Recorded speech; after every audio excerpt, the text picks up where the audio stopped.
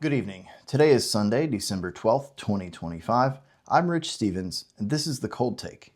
What you're about to hear is news from this week, taken only from primary sources like press conferences and court documents. You can find those sources and attribution for every story at thecoldtake.com. We begin in Washington, D.C. Thursday, December 4th, Attorney General Pam Bondi spoke alongside FBI Director Kash Patel and D.C. officials. They announced that after extensive work by FBI and local law enforcement, an arrest was made in the 2021 attempted pipe bombing of the RNC and DNC. Brian Cole Jr. was arrested in Woodbridge, Virginia for transporting an explosive device and attempted malicious destruction by means of explosive materials. The same day, Sheriff Wayne Ivey of Brevard County, Florida, announced a large seizure of weapons and drugs. He explained that 26-year-old Maxwell Horvath was in possession of 92,000 pounds of a substance known as 7-0. In 2017, Horvath served 2 years in federal prison on weapons and drug charges. Palm Bay Police Chief Mariano Aguelo indicated that 5 IEDs were located on the property where the warrant was served. They also recovered 50 pounds of precursor material for explosive devices. 12 rifles, 17 pistols, 3 fully automatic firearms, and thousands of rounds of ammunition were seized. You can see Sheriff Ivey's statement and read more at thecoldtake.com. We intended to report a story this week about fraud in Minnesota. That story got large enough to warrant its own video. Subscribe to the channel to be notified when it's live.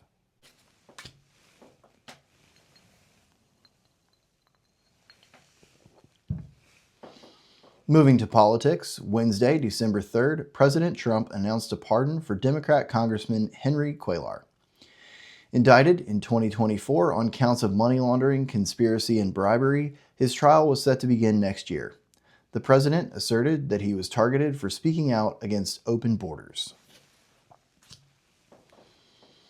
Texas Republican Congressman Chip Roy partnered with Democrats Lucy McBath of Georgia and Steve Cohen of Tennessee on a bill that unanimously passed the House this week. The bill requires the federal government to create a comprehensive database listing all federal criminal laws and regulations. Further, it requires the Department of Justice to report how many prosecutions have been brought under each offense over roughly the last 15 years. The group contends that the federal criminal code is too large and no one knows exactly what is in it. Florida Governor Ron DeSantis spoke Thursday, December 4th, about establishing a Citizen Bill of Rights for AI. Included in his proposed legislation are prohibition on licensed therapy and mental health counseling, parental controls, prohibition on selling personal information, and preventing government subsidies. It also includes protections for utility ratepayers. For more details, visit thecoldtake.com. Texas Governor Greg Abbott received a stay of the injunction against the state's redrawn congressional district maps. On Thursday, December 4th, the Supreme Court ruled in favor of the new maps. Justice Alito wrote that while the maps are indisputably partisan in purpose, quote, the trial court based its findings upon a mistaken impression of applicable legal principles. Justice Kagan wrote the dissenting opinion, stating that the district court had found substantial evidence that the new map was based on race. She argued that granting the stay is ignoring the lower court's findings that the maps are unconstitutional.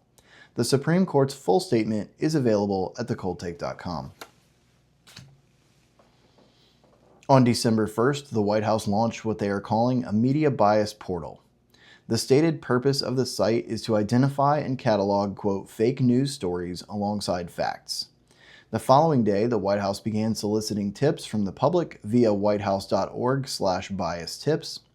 Press Secretary Caroline Leavitt indicated that the purpose is to hold the media accountable. The site lists claims by reporter, outlet, and category. You can find all of our sources at thecoldtake.com.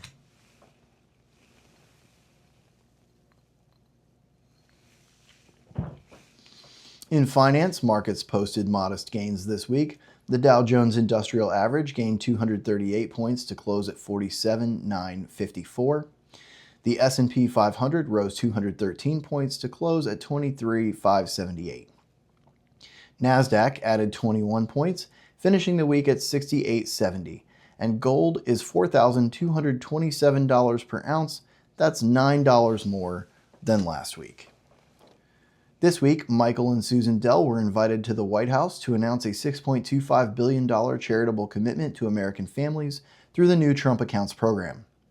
Created as part of the, quote, One Big Beautiful Bill, Trump Accounts are federally authorized, tax-advantaged investment accounts for children.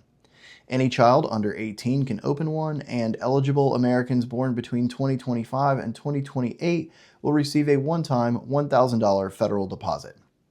Parents and relatives and employers can contribute up to a combined $5,000 per year. Contributions are invested in broad index-tracked funds that mirror the U.S. stock market. In a nod to the President, the IRS form for establishing the account is Form 4547. Dell's contribution provides $250 for each of the first 25 million American children aged 10 and under living in zip codes with median incomes below $150,000 per year. Visit thecoldtake.com for details about eligibility and registration. Switching to sports, the World Cup draw was held this week and all 12 groups are set. We have a link to the details on thecoldtake.com. Today is the Formula One Abu Dhabi Grand Prix. The race will happen between filming and posting of this video, so we will make a standalone short for that story. Make sure you're subscribed or following to get updates. The 2025 college football season is coming to a close and the coaching carousel is spinning. Sunday, December 1st, Lane Kiffin announced his decision to leave Ole Miss and head to Baton Rouge. Kiffin will replace Brian Kelly as head coach of the Tigers. In his statement, Kiffin asserted that both he and the team wanted him to finish out the season with the Rebels, who were headed to the 12-team playoff. However, at least two players disputed that claim on X. Following the University of Kentucky's 41-0 loss to in-state rival Louisville last Saturday, head coach Mark Stoops assured the media that he would not be leaving his post. The following day, Kentucky Athletics announced his release on X. The Florida Gators finished the season 4-8 after firing head coach Billy Napier with 5 games remaining on their schedule. They welcome 43-year-old John Summerall from Tulane. Best of luck rebuilding that program, John. On the college football scoreboard, 20th-ranked Tulane defeated 24th-ranked North Texas to win the American League Championship. The final was 34-21. Texas Tech secured the Big 12 championship over BYU in a 34-7 mugging. In the SEC championship game, Alabama was scoreless for 47 minutes and 27 seconds before finding the end zone. Georgia won that game 28-7. And in the Big 10, the undefeated Hoosiers took down the Ohio State Buckeyes 13-10. The CFP committee will pick the 12-team field today for this year's expanded college football playoff.